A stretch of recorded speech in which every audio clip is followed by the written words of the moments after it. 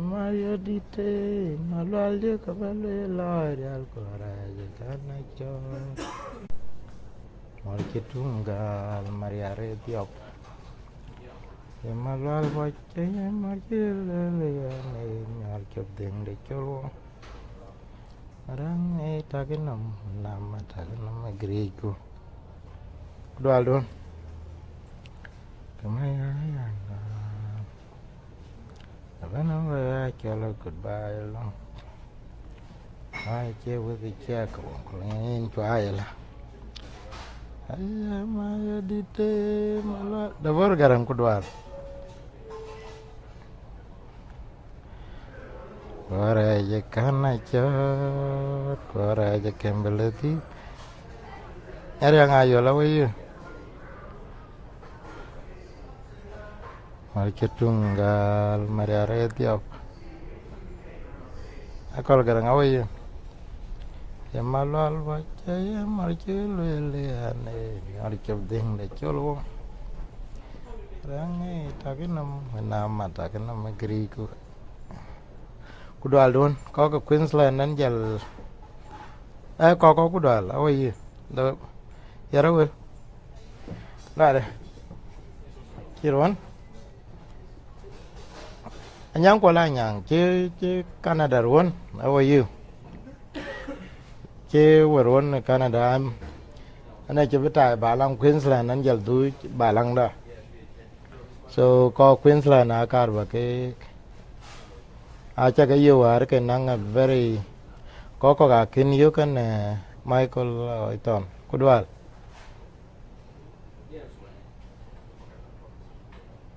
che Melbourne log liara re ka de ke lire liar warwana ne an kin wada kanti ko son kamera korje jacket okay. Ko Queensland akon bol nyon we walk in ban you ate ku anjal du balang da so we ayen ane chiben Queensland for 24 hours woman anjal duk nang ko ju ja ken ke don't worry about advertisement wala ko chen so anjal du chen so ane chi our program is nominated for one ran chol Steve Amrosta ran wo SBS Dinka ujala SBS radio okay check nominated thank God why it was a big event attended by 400 almost 400 people got 384 people so and the great thing is that nang ko ji ke Louis community Elijah Ball ko ji chakayok various African communities ke ben ke part of that ke attending the event lo te chol Logan so ku jalawa te anjelo iswe chana boku chet matari la no tia kana de tan tin golo ku yo so koi chen karwaya kan name because an kinang time so koi karwai to an Queensland ne balwel ku yen ko Queensland ai la jam ku le ken on Victoria den me chi kwa chin Victoria me chi pan ne too much pan na me chi charaj me chi because the longest yen me chang walk man in Victoria na le ba ja la Cranbourne ke in bo matari in ke the longest chin te ka ro joria unless korbala tralgan ke te lekin ba ja kam take example kam iswe ken Logan ekich 40 minutes kuin kat motorway ku bari ja ajale temping ko chemana ko to Kabulsha you looking at almost 2 hours ke wala 1 hour and something ke traffic within ku jale ta tumba no panun ka machik so ku a chuk ke a cha ke yo ate je ke Louis Yajamedin's day celebrated or Memorial Day. So called Queensland, great state, good weather, Balang Duan. So I hope and can you want to call you call support be walk up when I'm pan for the red. I hope one event when in walk a Ben Pan London. I think we got the third largest Dinka population by Biden because when I'm 1,801 person. Ku ti en bian to ngi coi gwel to ngi jeng ku coi ke Queens coi ke Adelaide ka law we ku 1,800 according to 216 one anon ko ke jal mit ke bandit ke number do ne rot jak la Sydney ke de coi jeng ke alip ka ro ku kadia ke no ku bo Perth ke 1,600 ku jal territories jaga bena good be da be 500 500 Canberra ku jal Victoria jol ben ke yene state with about ke 4,869 Dinka speakers. So which are ke stand one ku akuma dona lawyer I think regardless of other politics ke program take showcase when they walk out it ja pethare bian ku kichi award kicha jala ting ne individuals to ba jalen tin ko South Sudanese community ku jala ko loy kicha lawo ne ke chol power of individual koi win ya ko barrier ba nan kelwel na nyan tin chala yo meteret Somalia nyan tin Somali na to high school ku ke more effective na ka win ka dil tin ke le be ka ko community e biana rinte ka ngwa da ke le be ke loy mit ago ke do ke to man tin ke following ko wara kul kan en jam ku yen dia ke ba jwa che ko man tinang ko ke Queensland ku ko ke Victoria ku ko ke Perth ku ko ke Darwin ku ko ke state ke pan Australia ben yen nan ko lo ka jich che man ko lo within the community ko lo ke youth workers ku call other social services ko ka support one ko we community because ko ku kai ke we ya ke ko je ko man tin ku ya ke services ke ya ke tang wo ko won to in news it doesn't matter but ko won to yen ran krot gam akor mi da akor be galwe sejeni akor be mi jale sukule ya akor be ke dong ne sukule akor be ko chirga ke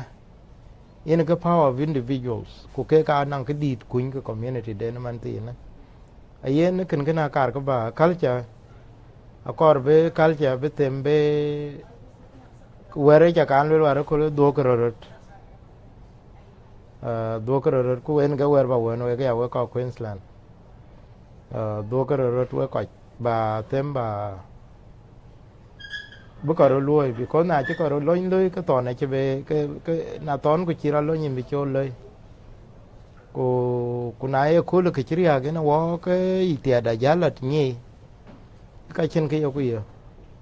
so yen like krot yeran ke ku yeran mat ko yi ku pyang ro ya ke jam majority of community associations ke to ba ite ne wel ko loy no bai wer ga yen a cha lu yere te no ko chari yer ka we be jal nang power now to ba ko to er ku ba ka benefited ku ba ko be no ni wel tineten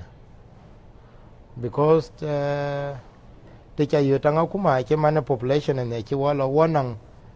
board in to board Queensland ne man multicultural Queensland anang nang mi ko ke ran to advisory multicultural advisory committee yung da chiri kan na chin piat chiri kan en ke the same thing is state ko ke to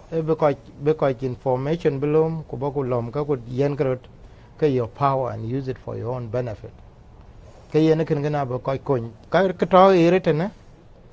akor buro liberated tena wani kriyo panda tie ke chol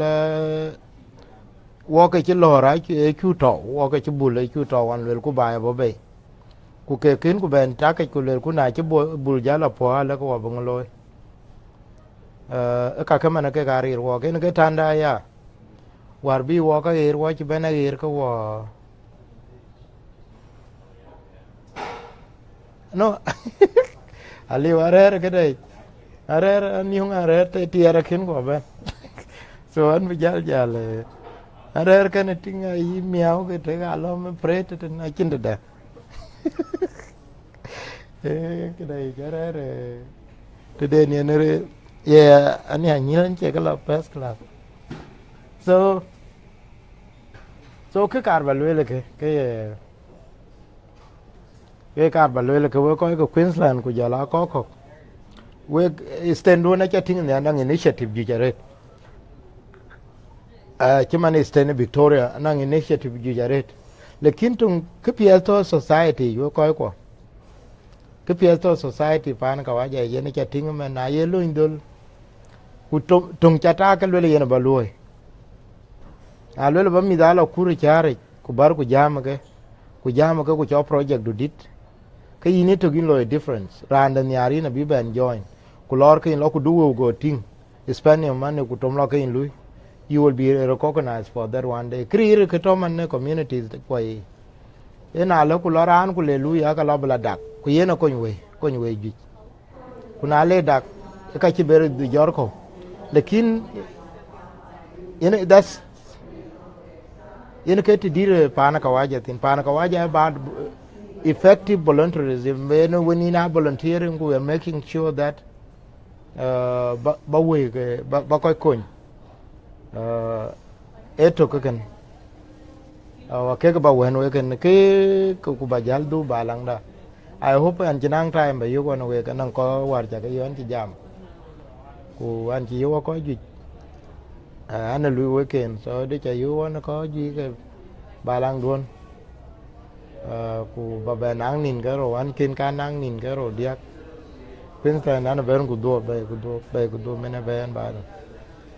so do ko rat ke tuen ba ke to jal ba yen ko lwen we ko te ge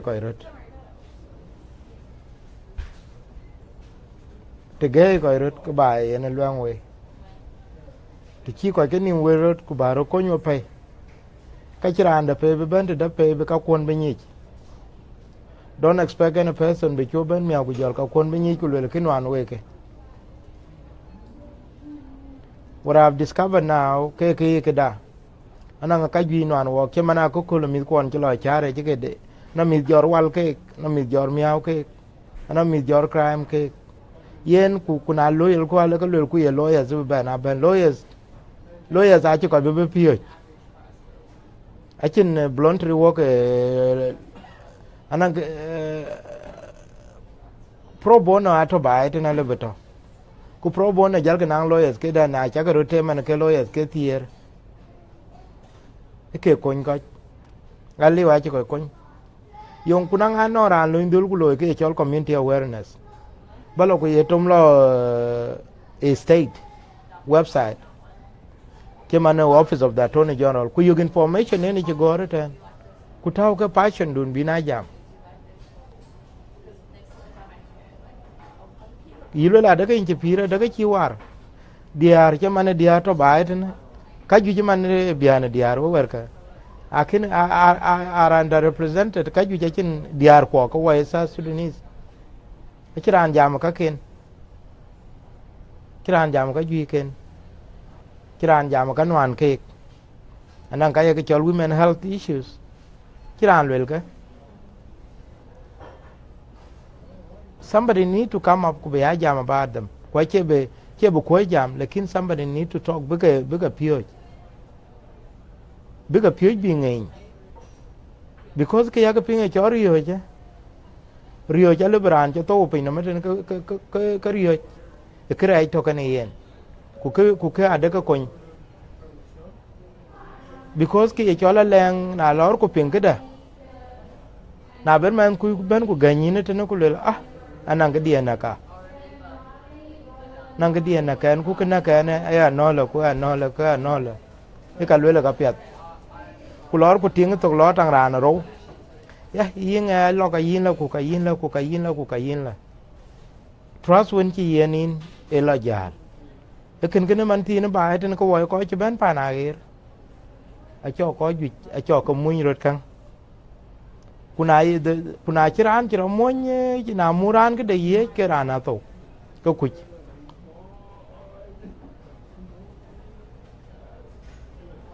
rana to ko ku de lo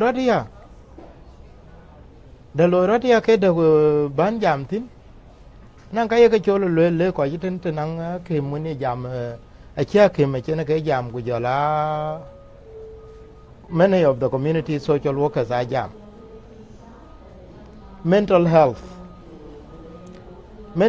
aliu tong da ki to kana tong da ware ke chon miel ke to kana walk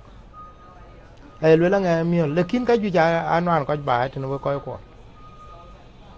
we chan kan jam on ken kan wan ko ba tin na ku chu ko ro kon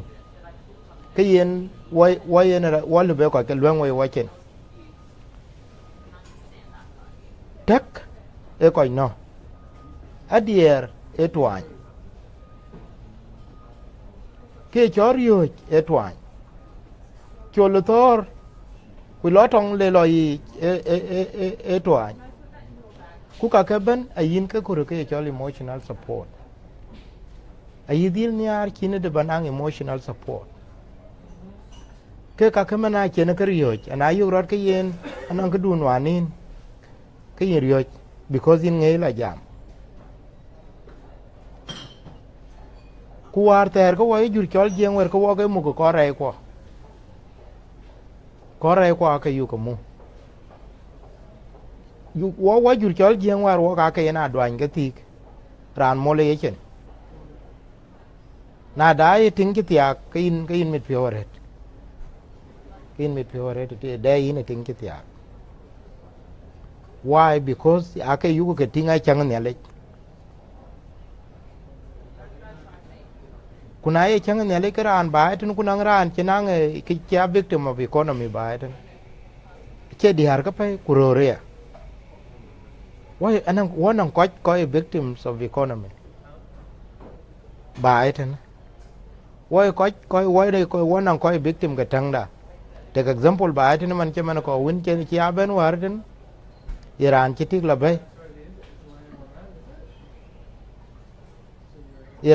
bay ku bi ku tie ke chiting le tiak ba tin ku boti ku jel ku ke chu wa ke chi den ta de chi den ya lip ka ti dia ka lip ka terman rana de ke chwer dat pin a chin ability na ye loin dul ben du chen bila top up bang du chen bila top up chan be wo ko be ka dia te no cái chan cái yen cái top up la loy abi ben cho abi ber negotiator ku bere kany bere do pen na ne ko nyun tera li ko te dia ka li ko tero ku le ko terenda e ka ben jal gol min jadid ka war che ke chola jal ku ye yu ke yen rane to ka dier ku ka lo ke yu ya africa rane dier pide will become very difficult kuna chin ko won to ye lom ye yo ku le you are doing great in pet in to wala ke rana withdrawing kuna chi I withdrawing ke yen ale nom de ne chiman because ke twen de ria wa e yo e chin ke pia den berban ke pia den berban aliu lamia de e chol cái to cái tie ne na yu ko le la wo ka kor ke ran e aran chi nyol the majority of people ran anang a very serious stress ban atim ku yen ka chat ku ka ngi lo de di ro da chi di lo ka jal ku ba lu le nge ya te mu ko chi ku ka chu kon ben ti is he alright eto ka kan ko ke ku ye ka yu ku nong to dun bin ka engage you are doing a lot eto ber ku lo ben society dai we have to accept ko ka ke liu kana wo phenomenon ne ke chol chieng riak bai te man dia ke in ke ni chang du riak ka chang du pet okay du go lak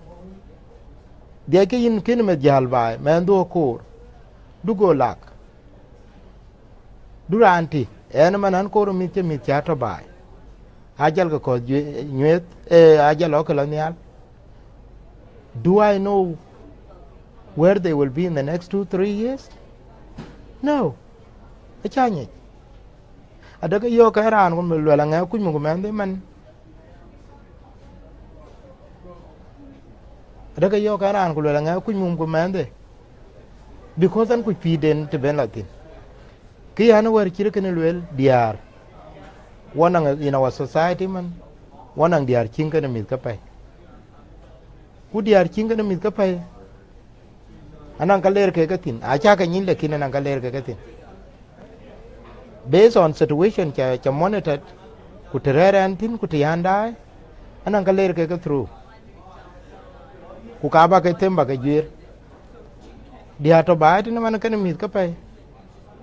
all through some hardship first anang judgment lui ko judge tin angen pide lui judge period year ayenga judge te den lui na judge tin a lui judge te mu en mit katin a lui judge chang den to en tin ka chang den ben lal tin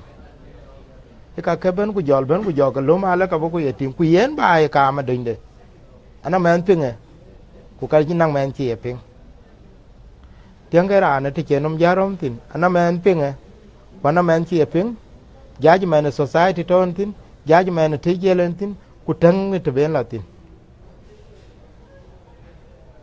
e ka ke it become another big issue ku ko ke na lo indul ku le lo indul te de ben lo ko counseling ke le kreto ku noen because na lo indul ku le ko counseling tan ka waja abi to ko bela noan na le lo indul ku social workers ko chi ke license ne ke sa Sudanese chi ke license ke ko lui bai tin ali anabran ngela yo ku le la ku le bar na ga chen bin ka kon ko ka chi to ali manatu ka jalo ku jo lo indul to ku jo la ka ke jo ka tawiye ajal nyen pya de na ku ka dalata na lekin inside a chunye so rana bi pira be jayen jon a bi pira be jayen jon e ko korme to kay jalo yena chin ability ben wara gang bo sukuli tinang met a chi kwen because a chi kwen a chin ability bla jam kan teachers because a chin tong ben jam kan teachers achin ability na lo indul ku lo ya na lo indul ku lu kul den ben kul den lewen ku le kul den lewen be la ko appointment ba go la jam kan teachers ke yene ne ke kul chin interpreter ben be yo be la war to because sudu young dinka speakers che ke accredited by it ne ke ko won ko war to ali a che ju ke jora te tinga ben ku jo loy a jol le ke bi ka abaloi ku ke di ke na ba tem na mi ka jala lo nya om college me te tie chu ben dier ku le la mama nan kan nwane a ku tok so ba kwon I feel women ka lo iken na la ka jalo ku jalo la ya mi ka single mom ke ka yo we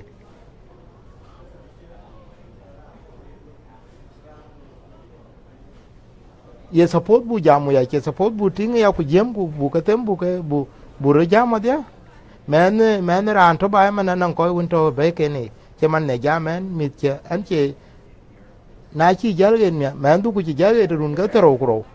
ka run ga tero ku dia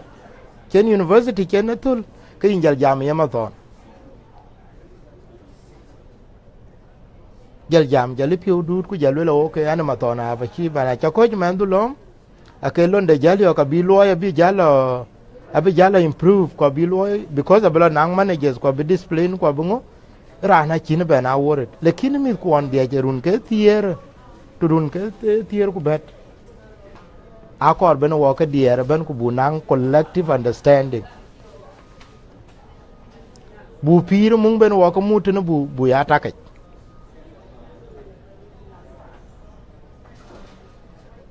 mung be wo ko mutune bu ya takaj because cubo to ko chen wut wo bi chen ba wo chen etena ayu ku le man che man ko le ndul wo go jam ko le ku ka be jor abi ka lar ba wer ka ba men ba che be ra pa no wer e pa ni no ko to juba ti ko yo ya dollar ku le an ne chok men mu gutene men jamu tene run ga tier ku mine ye lere ku leren ablo ku kwene go binge ke ablo ku le ke be typhoid ko ablo ku le ke be typhoid e be malaria ko be ngo wum le be le twang de le ye is happening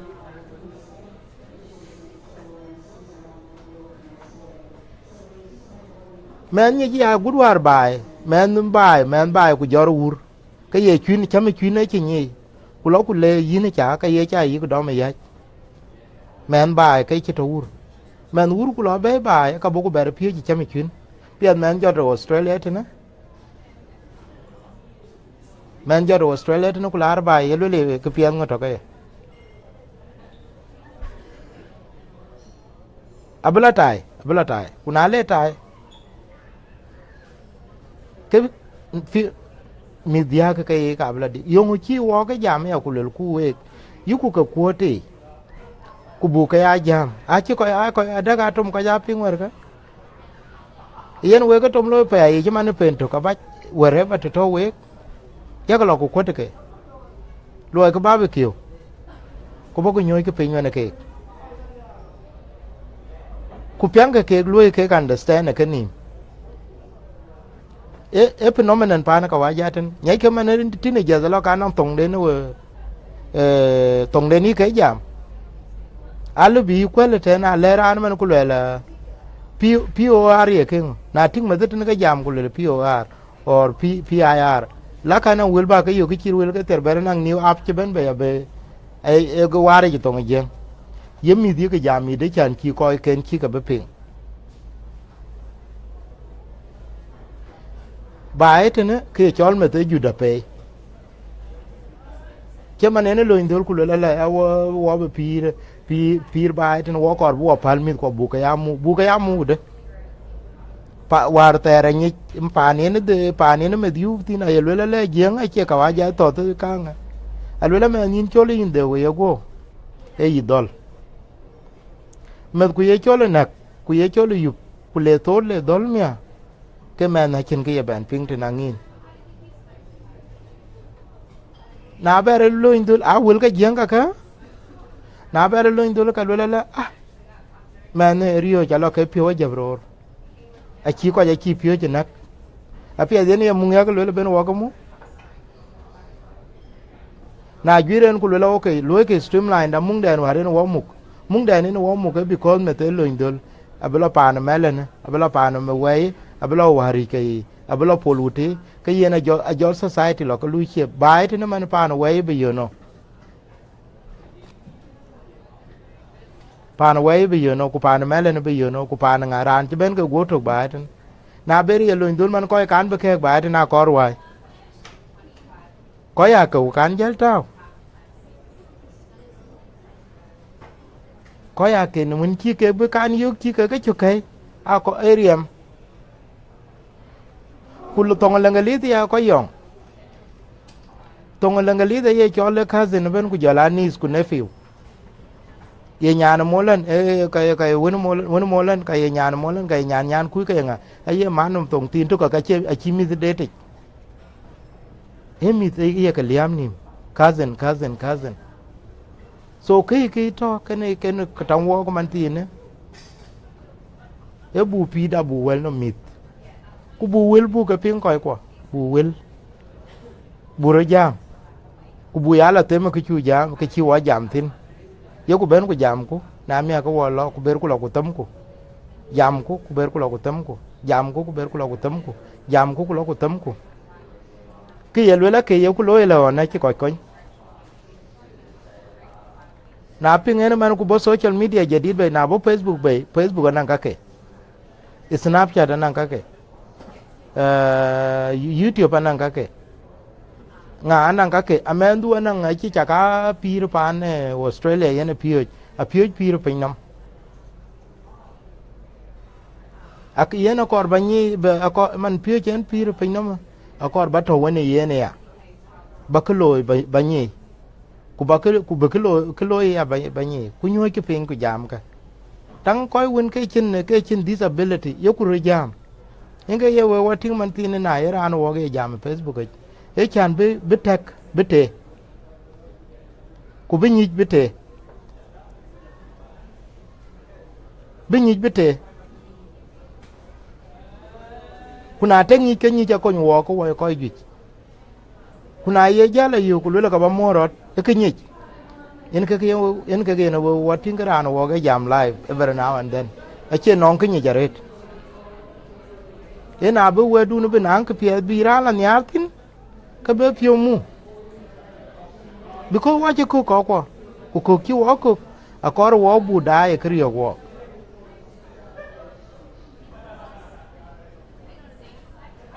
a angela pir mi ga jamen akor bu da e kriyo wo kuna da ku kriyo wo ke ye na kor ku buro gam ya ko wo ko dir the more gam wo ko wo ko dir ache lazim bulu agree ka pia the loy ku ke we may not agree on that but anang te tonga de ke lui work agree e ke chol mi ko biya ko kulda ku biya ko kulda ka kor bu nyi bute akor ba dil nyi men dun chawo iPhone akor ba nyi men dun chawo smartphone yongo to kan yen anam video ja cherwa ra kul tane men tin ki ti ku le yongo alwe a ki usa da ki ti ku le kor ba yango pidui go le an kor ba ya smartphone go usa go gai go le ko go ban ti ku le kor ba yango go men le an kor ba ya smartphone an kor ba smart telephone go le go usa jal ti yongo yene le ya go le bai baba dia ku mama dia a ke telephone a ki ke pol na kar be mama en lamu ku bara ben chore lom ku bulen ku ba cha jira na kokol a che rote lew akaya lwe na ye ko yi telephone ni arkaret ka ngwan ba cha telephone go ke ni aria che mane telephone men tin ko ro ke lwe kana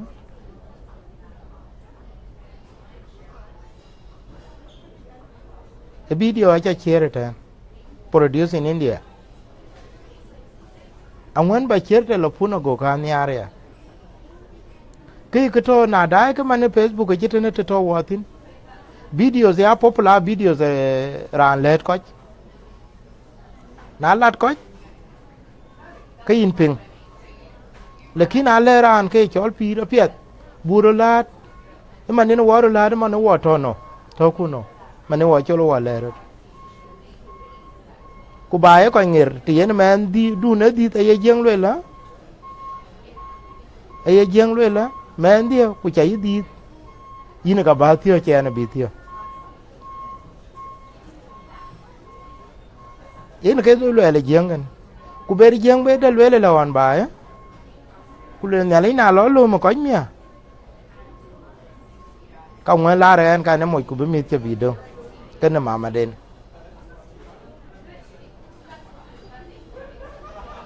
because ti ka ni ke chol ki chairman de ti ka ni ki chairman de regardless of how she's feeling ga diar ju war bai ani ke chol ku ka lok bai lo coach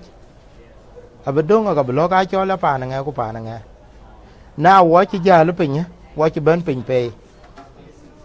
e pin ne diar jam man ku lu ka wei ro ku jam ro ka wei diar ku le de mi ka wei mama ku ka wei baba ko ku chi po e ka chir mi ke pe ke alo ku jal mi da do ku ajal ga tingi men yari ku men yar man men yari na yeben ku jal yok bu mu ta de jal ba in mo ke yen ka ye ja go yo ku bar ku lum ku yena we ye le ngo piat bela loy man ken ku piat bela loy man abela le ni arun a chi mana chi be ping a chi mana chi be ping ku men ba de in the end of the day abijal because na chi man chi ping e ka blo ku le rur unde ne rirtin ablo ku le na chi ma wula yen wu wala ku le ko ka ken wo ke ku le ben na bi man ku ti ku le intono ka jel kar ur le ku rite no mor le ku rite no mor ping den ben ka ro ban ping ken man ten e irier yin ga ine mo jili wa pa chi yin liu bai yin ku kiloi e me na chario control a chario tinang tik abelo indol ku le man ne are abela champion un abela champion un lekin cool anan cool nan cool ben lo indol mia nan cool ben lo ku le realize pide cool ko ren award ka cool ko ren ngode e ka ken lo ke ko ko un be acknowledge e ka be le yin mama bera cha lo indol ba pire baba ba la ting because ke chol me to mani ting ani arun ku kan yar man aguna cho lo dir mi aguna cha ga jor ke ti nin le ku le ra la toror ruon ko len ke to e ka kon ro jala ti mi na ji jala ran di ka le la ki ye na ran ti are ja kar ba ping yung lo ro na ye man ka ba man be la ti mama yung yi na wa non ka ya ni met yi ya betul le ten na ye un ka bu un be la ti baba yung yi na wa non ka ni met yi ya betul le ten. That is the reality of life. That is the reality of life. Alu balum ke chon me man tin ku le ka bari han no man. Bari han no be man ko ya ting. Or bari hong no bun ko ya ting. Lekin ale na run ke tier ku ber. Ke ni ja benang chance. Ben you pin ken any of the parents ku le bara. Yongo cha wo ji na man. Yongo cha wo baba ina man. Yongo cha wo mama ina man. Ka bi man le man di na cha man. Ki lo ra de ke. Abi un yo ku le man di na cha man. Ki lo ra de ke. Manatu ka ke chol yi la tol by the end of the day. So ye lo ya de ba eten. Bu ko po to ka te ke lekin me ta ya ko mutok. Na pa ka lo nge ku nyu rong de ku nyu nge rong de wen kan ga la ngo ke kin jal tang we yin man ne men ti ku yin u ne men ti ki chi jal tang we ba din ki bera ting ran ti in ki bera ting de ku ka ki bera mo ndu a we ki ro be lo ba ro ben chol ku le ga la we ki ro ba ro chol ku le ga mo ndia o ting dia ki chi do ku nga de do ga we de u ne nga do ga we ku man nga do ga we rin ka chi jala gut ba to pin nam u ne nga ku man nga kama na tu na ya ro chol u ne nga ku man nga ka ran ka we chi po lekin connection na dia ja kam don ku connection to kam don ne ayen we ja jam ku le ka okay why don't we do this wo bi ali onin ka ban wo bi ayo nin ka ban ku kul graduation ka kul ka piad lu ra me na wo ka la manin nya ke me no ku le stage nang cái pia to kan ke chol mit to separation này ye na chi bila lwe la ku lwe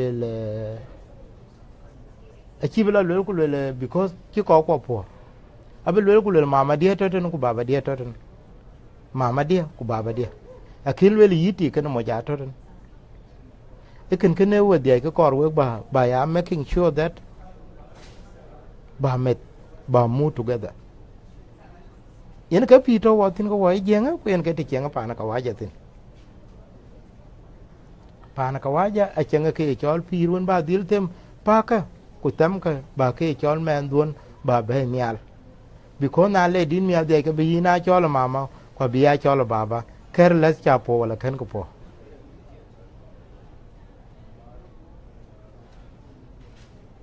careless cha po wala kan ko po so ki to wo ko bu pi da ko bu gere ku bu philosophy behind life ba it no bu date philosophy to period bu date pay ya chu lo mar yes watch pay watch lo universities lekin ko bu jalban ben be wuti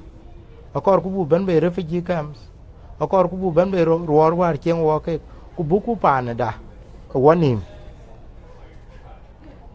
buku pan da wanim pal ku jam yi jo kai ko achin jong ben ba eten a situation da ka kor bu walk out into that ayen wo ko ko bu blame yen wo ko ko bu go ala ku ka chi kan wo lekin we are the people responsible for that gam ku that ke chol koi cheng a part of life koi cheng ala mon dia na chen pio allow ku ting lia na chen pyo allow ku anti ku ti a part of life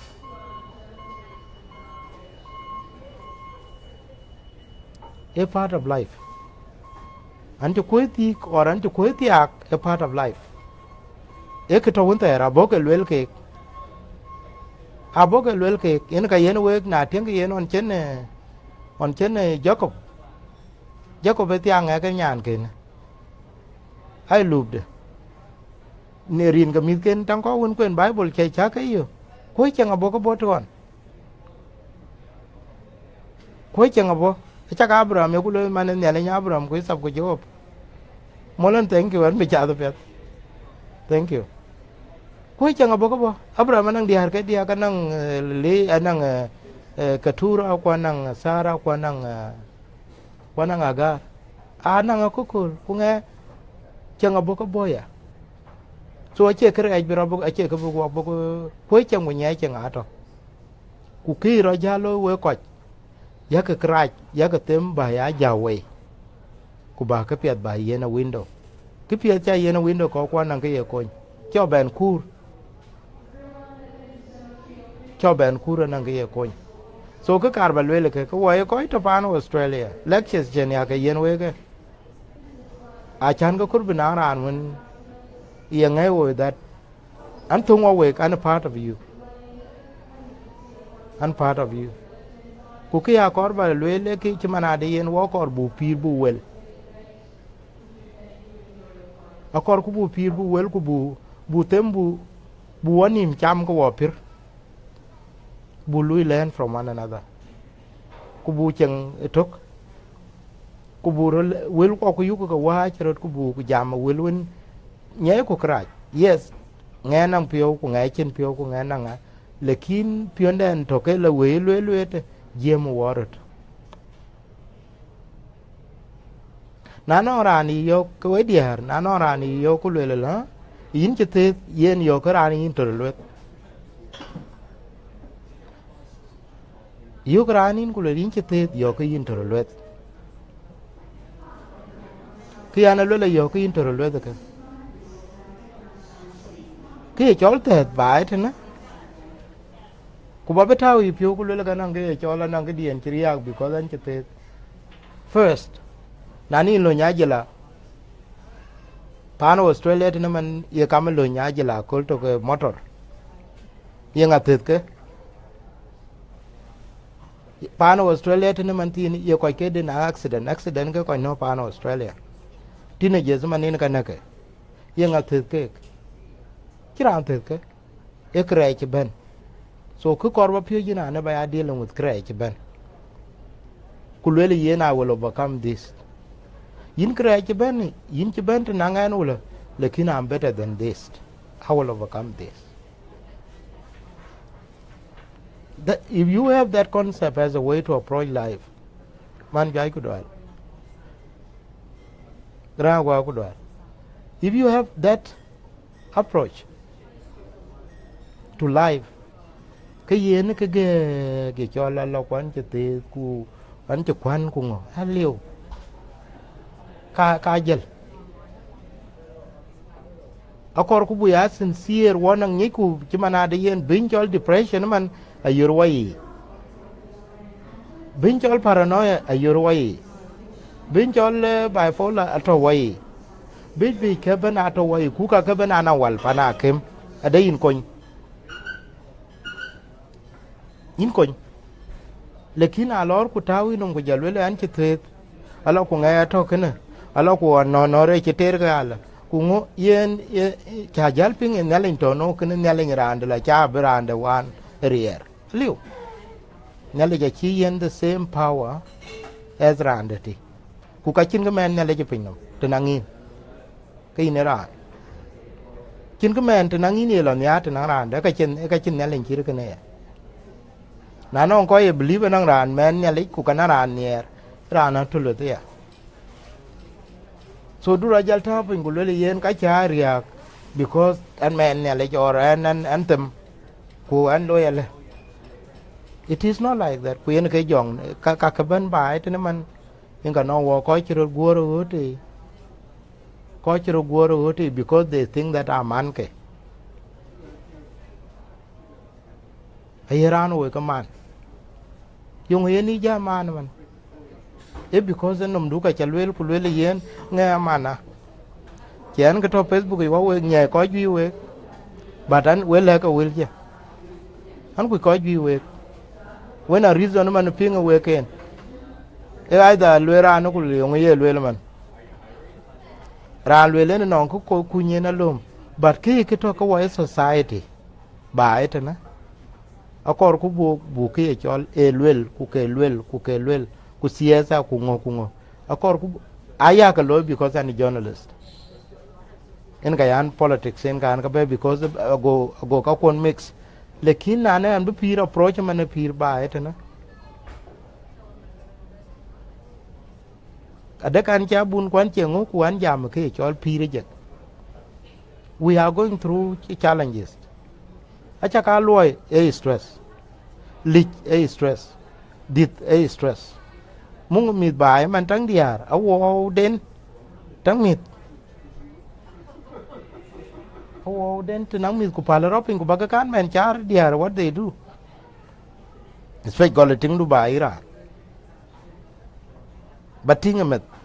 konwoi what they do agude cha ka man to ko yen ko cha ben lui ku bere yo ya la abu we chi pin ku wel pe nya sir abu we lo ku lui ba kim e chol ngo carpet ku bo ku choy ngade tin e ngo chol choy chips nor ku god ke chu wal tin ona le go lo ya de that is a very tough situation that in the arena ke latin ba tan ro on the other end ko ju ke a chiran ke akor ran me mit ko kwan ne na akor ba ko kwen akor ran ba pan mu abla ben yene chin time bere not entertain abla ben ala lo indo la jela la te lo ku le ben lon ti bi ba ku bi ku jel ku le ten yen a chi lo e chi jal a chi lo e addicted to kre lo ana bo ku yo ke bere yo ku le yen bere la dai cinema or ba bela dai ko gun bi cheman ba ko bi bela wanom ka ye ting che ke ye ting che da bo to pay akana nang ye di halwe la no ro pon ye ro boring ki dier because ye ke ting ke ka anum den pio chana ro won che chinom den pio chimana de yen am a provider an lui so when I an jal ke poli deng ban cholan deng tin rane ya kuna ye lo tan ka waja men grandi mon di dun te da ma dir why because ke ka kor binom den be ba lawe ago ke go go ka lew so ke le ke we ko I insist walk a chen pio we must talk to ourselves ben tie waru o ben an ben chen pio kaden akor bu ko rujam ba etena go te de bunang ko bu ka reform binang pio tien wo to go wa chen pio dia te de non ko bu ka reform ka bi generation den da bi ben pio na dai ko ba etena train pa no Australia bien na miza ka bo ba etena go pa na ben kunwen ke lekin a china leke yentok anang resilient winene ke dil tem na chi gwele langali ke yena bla tu le dan nong chop ka le maruka tene ka le teno kulo indol ku le ku gol tung den bena ga ji sukuma abi jire tong langali den wan ne na lo ka ba wa na mi ka jon men de ya loya ku pien men de tok na lor man tang islamic community tene ai cái điều như anh difficult but ke ajem ko ke ku kala ku lep ku sukul den tong den e kanisa den mosque bo mi ken ku langa tin ku langa nyalen den e me na bu pi ku ka ye dilio next generation ab nyalen de ku wel ku tong den abumu na lo ku liu ka suk wo ko man ye kengo wo lo sukula pet lekin ki chi ku won ken wo ga sure won an ko ju chi successful mit ken ko war bo ke chi mit ke dir a chen mit ken ke lo to ka lo jamat lekin wo ko war jalo mit ke be ya ko chi lo Australia future da chu nyech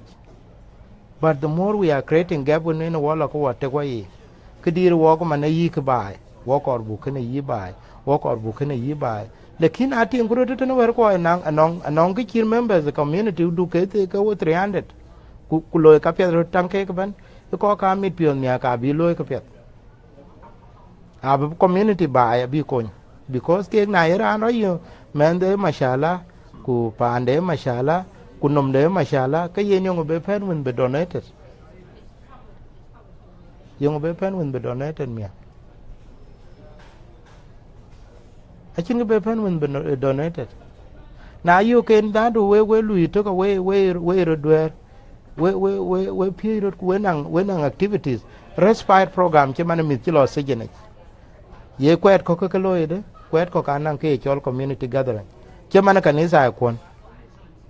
kanisa ka ku go bun lo ngi do man ku lo ke chol initiative ku ye lo per upon Sunday ba che ber Sunday te wo ba kit ka di jabu ka ya be kit ka di dollar ku cho ku diar cho ko ka tat cho cô cái tết ku cút ku miti war chlo chare je to puskre ka to ke no cút ku ke boko le ka cham ka chol ke ku chem ka bi cham na chiran chi mes tu chi yo because man to ke chare chi man yire chi man ana yire ke na chi mes tu yo ala ku chi to ke cham we jal ka le nyoy ke pin ke jal nyu pin ku jal bana spending 1 hour ten ba ke le ke chol li tie de piden itia de piden a che lele nyale jede e itia de piden kurande ke le be ya buna le mia rane ke le be ya ngo le mia rane ke le be ya ngo le mia e ken wana wa ku bari yong mia ku lele lo ba ke miati a chen berkel abene yom la de ti berke ke di berke kur berke lo cham de nda wa na nin ko ke rane lo krande ke lo jawale je na nin ke rane ke lo yuto na nin ga garane bete der bul che kortin ku ko ke this is how you rehabilitate rane che karia back to the community lekin ayo ku nyale ke wo ke bi mi ko ba te ne bi be cho ya ko ku ke jal be yo a chin le ben ke long ping nyale you must do something can be nyale ki blessed na ki ne le lo na che rane che ya ben ku ba be cham ke ye ne rane da du boku chamu ku domba be do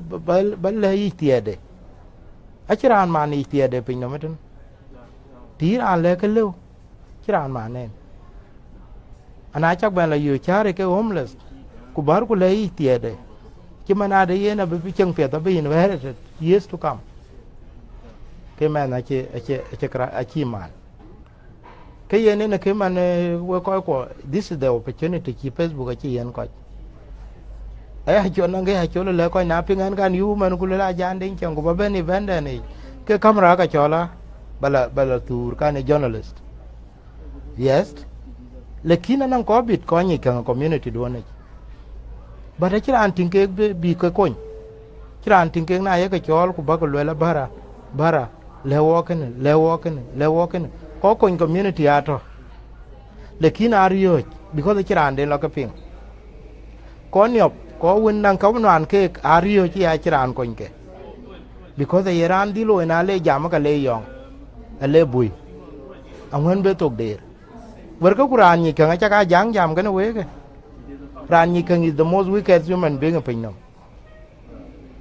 ran ni kan ran cha tinga ni kan ke a ko yu ki ke lo ni tim no because cool ni obde yena ya kuya yena ke no ane ne ya kuy na mi ale nyil ka jala lo ya nga pie den wa kan nga pie den wa mo e chi yena man yo men wa lo ke no la e pir ke ben tinange kuna kwany ke rana pir so ke we ko Queensland thank you for your state e video don kan e video don ku ke jala Australia ku ko to ban ran to ke ti e just banti te lo tiere tang dien lo tiere je ban mbijal ku we cha ke le I hope chiran cha riop yo ku yene ka e buro dil